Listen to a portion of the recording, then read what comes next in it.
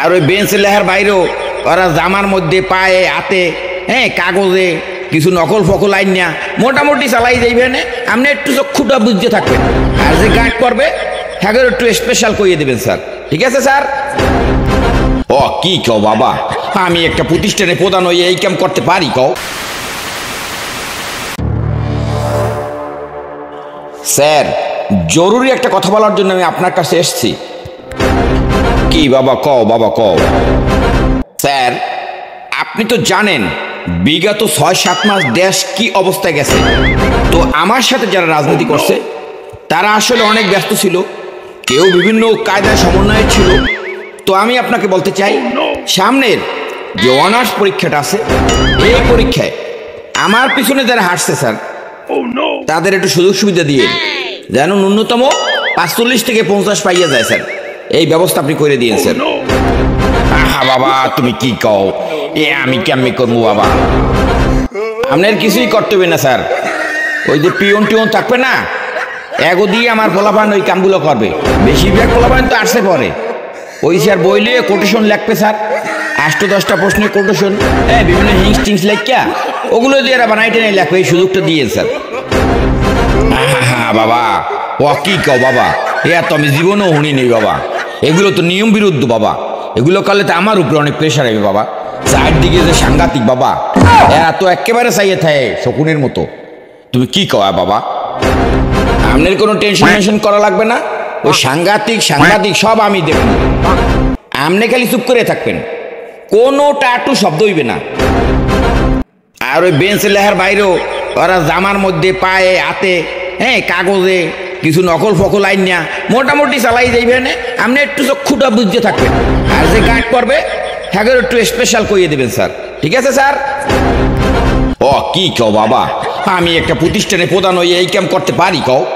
এইরকম অন্যায় আমি প্রস্তাব দিতে পারি বাবা কও? বেশি কথা কমু না স্যার, আমি কিন্তু জামাল তরফদারের ছোট ভাই আরিফ তরফদার, এটা মনে রাখেন স্যার। করিম স্যার জামানাটা খুব খারাপ হয়ে গেছে স্যার, ইদানিং আপনার খুব টেনশন যুক্ত লাগতেছে স্যার। ঘটনা কি কন্ত আপনার কাছে আমার বলা ঠিক হইবে কি না, আবার এগুলা জানাজানি হইলে সমস্যা হইবে কি না? আসলে মান সম্মান নিয়ে তো খুব ভাবি, একজন শিক্ষক তো। আপনি কি বলেন না বলেন স্যার, জামানাটা কি উড়েই গেছে? কি হয়েছে আমাকে বলেন, আমি দেখতেছি স্যার। আপনি না হয় বাইরে থেকে আসছেন, কিন্তু আমি তো এখানে স্থানীয় স্যার, আপনি আমাকে বলেন কি হয়েছে স্যার। করিম সাহেব সেদিন জামাল তরফদারের ছোট ভাই আরিফ তরফদার আমার কাছে এসেছিল, এক কথায় সে তার সাঙ্গপাঙ্গদের নকলের অধিকার চাইছে এবং আমাকে চোখ বুঝে থাকতে কইছে। মোটামুটি ঠান্ডা মাথায় হুমকিও দিয়ে গেছে আর কি। কি এই অবস্থা, ওর এত বড় দুঃসাহস! আপনি না হলে বাইরে থেকে আসছেন স্যার, আমি কিন্তু এই এলাকার এবং আমি জামাল তরফদারে খুব ভালো করে চিনি। সে কিন্তু এই অন্যায়কে কখনোই প্রশ্রয় দেয় না, শুধু এই অন্যায় না কোনো ধরনের অন্যায়কে সে প্রশ্রয় দেয় না। ও তার ভাইয়ের নাম ভাঙিয়ে এগুলো করছে মূলত, আমি তাকে পার্সোনালি চিনি। আপনি এবার এটা নিয়ে তার সাথে কথা বলতে দেন না, আপনি এই ব্যাপারটা নিয়ে আর ভাইবেনই না, আমি দেখতে আসি। আরে করিম স্যার যে, আপনি কেমন আছেন? আমি ভালো আছি জামাল স্যার। আপনার কি মনে আছে আমার বাবা আপনার বাড়ির পাশে একটা স্কুল প্রতিষ্ঠার জন্য গিয়েছিলেন? আমি সেদিন প্রথম আপনাকে দেখেছিলাম, আপনি আমাকে বিস্কুট কিনে দিয়েছিলেন। বাবা হয়তো মরে গেছে, কিন্তু বাবাকে দেখে দেখে তার সেই লালিত স্বপ্ন মূলত আমি বাস্তবায়ন করতেছি। এই পর্যন্ত আমি প্রায় 20টা স্কুল প্রতিষ্ঠা করেছি। বাবা সব কথাই মনে আছে, মনে হয়তো এই সেদিন। এখন আমিও বুড়ো হয়ে গেছি, তুমিও মধ্যবয়স ছাড়াইছো, সবই খোদা তাআলার লীলা। তো স্যার আমার কাছে কেন এসছেন? সচরাচর তো আসেন না স্যার। আসলে জামাল বলতেও লজ্জা হয়, তারপরও বলতে হচ্ছে, তোমার ছোট ভাইটা কিন্তু অনেক বকে গেছে। 3-4 দিন পূর্বে সে কিন্তু প্রিন্সিপালের কাছে গিয়ে নকল করার পারমিশন চাইছে এবং সে কিন্তু তোমার সম্পূর্ণ বিপরীত হয়েছে। বলেন স্যার, বাবারটা দেখে দেখে আমি না এই এলাকায় স্কুল প্রতিষ্ঠা করেছি 20টা, আর আমার ভাই কলেজে গিয়ে নকল করার পারমিশন চাই না? আমি দেখতেছি স্যার, আপনারা আর কিছু বলতে হইবে না। কিরে জামাল, তুই এই জায়গায়? তোরে না আমি খুঁজে খুঁজে হয়রান। বড় ভাইজান তোরে খুঁজতে আছে, এখন যাইতে কইছে। ভাইয়া আমারে খোঁজ দিয়েছে কা? ঘটনাটা কি? Something wrong must. বড় ভাইজান আমারে ডাকছেন, তাই তাড়াহুড়ো করি আপনার প্রেস কনফারেন্সের রুমেই চলে আসলাম। আচ্ছা, তুই ভালো সময় আইছো। 10 মিনিট পর সাংবাদিকরা প্রবেশ করবে, তোর লয় কিছু কথা কইনি। আরে তুই কি জানো যে আমি এই দেশে 20টা স্কুল, কলেজ, মাদ্রাসা প্রতিষ্ঠা করেছি? বড় ভাই একই কন, এত এই দেশে সবাই জানে। বড় ভাই, বাবা মা মারা যাওয়ার পরে তোরে আমি কোনো অভাব দেখতে দিছি? বাবা মার অভাব বুঝতে দিছি? যখন যা কিছু চাও তাই দেই, ঠিক কিনা বল? শুধু ঠিকই না ভাইয়া, আমার জীবনের কোনো আশা আপনি অপূর্ণ রাখেন নাই, এবং আমি গর্ব করে বলি ভাই হিসেবে আপনি সেরা। তুই আমার নিয়ে গর্ব করো। তুই জানো আমার বাবা একজন শিক্ষানুরাগী লোক ছিলেন।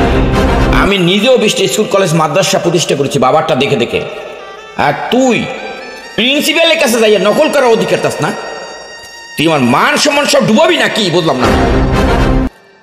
বড় ভাইজান, সত্য কথা কি, এই আমনের রাজনীতিতে পোলাপান যে সার্কেলটা আছে এত আমি পরিচালনা করি, এগুলো করতে যাই 15-20টা পোলাপান পালা লাগে, এগুলো তো পড়াশোনা করার সুযোগ পায় না। এই জন্য আমি একটু রিকোয়েস্ট করছি আর কি ভাইয়া, যেখানে আমার পরিবার, আমার বাপ দাদা 14 গোষ্ঠী শিক্ষানুরাগী ছিলেন, বাবারটা দেখতে দেখতে আমিও একজন শিক্ষানুরাগী হয়েছি, আর তুই আমার ভাই হইয়া নকল করার অধিকার চাস? তোকে আমি সাফ সাফ বলে দিলাম, এরকম কোনো কর্মী আমার লাগবে না, ঠিক আছে? আসলে ভাইয়া আমার ভুল হয়ে গেছে, বন্ধু বান্ধবের প্যারায় আমরা করিয়া লাইছি। এই ধরনের কাজ আমি আর করবো না। তুই এখন যাইয়া প্রিন্সিপাল স্যারের কাছে মাফ চাবি, এবং জীবনে এই ধরনের অপকর্মের কথা যেন আমি শুনি না। ঠিক আছে ভাইয়া, এখন 5,000 টাকা দেন। 5,000 কেন? তুই আমার পিএসের কাছ থেকে 10,000 টাকা নিয়ে যা। আর ভাই, সব সময় মনে রাখিস, বাপ দাদা, আমাদের পূর্বপুরুষ, আমাদের চারপাশের আত্মীয় স্বজন, এরা কোন ক্লাসের, এইটা বুঝে শুনে কাজ করিস, কথা বলিস, চলিস, এইটাই বললাম। আর আমারটা দেখে দেখে শিখিস। আমি যেমন আমার বাপেরটা দেখে শিখছি, তুই তোর বড় ভাইটা দেখে শেখ। কারণ বাবা মা মারা যাওয়ার পর আমি তোর বাপ। আচ্ছা ভাইয়া, আর এই ধরনের ভুল করবো না। আমি এখনই যে প্রিন্সিপালের কাছে মাফ চাইতেছি ভাইয়া। ওরে আমার ভাই, বেঁচে থাকো। সব সময় মনে রাখবি, একজন বাবা যেমন তার সন্তানের কল্যাণ কামনা করে, আর আমি বড় ভাই হিসেবে ওরকম বাবার মতো তোর কল্যাণ কামনা করি। যা বড় ভাই, যান।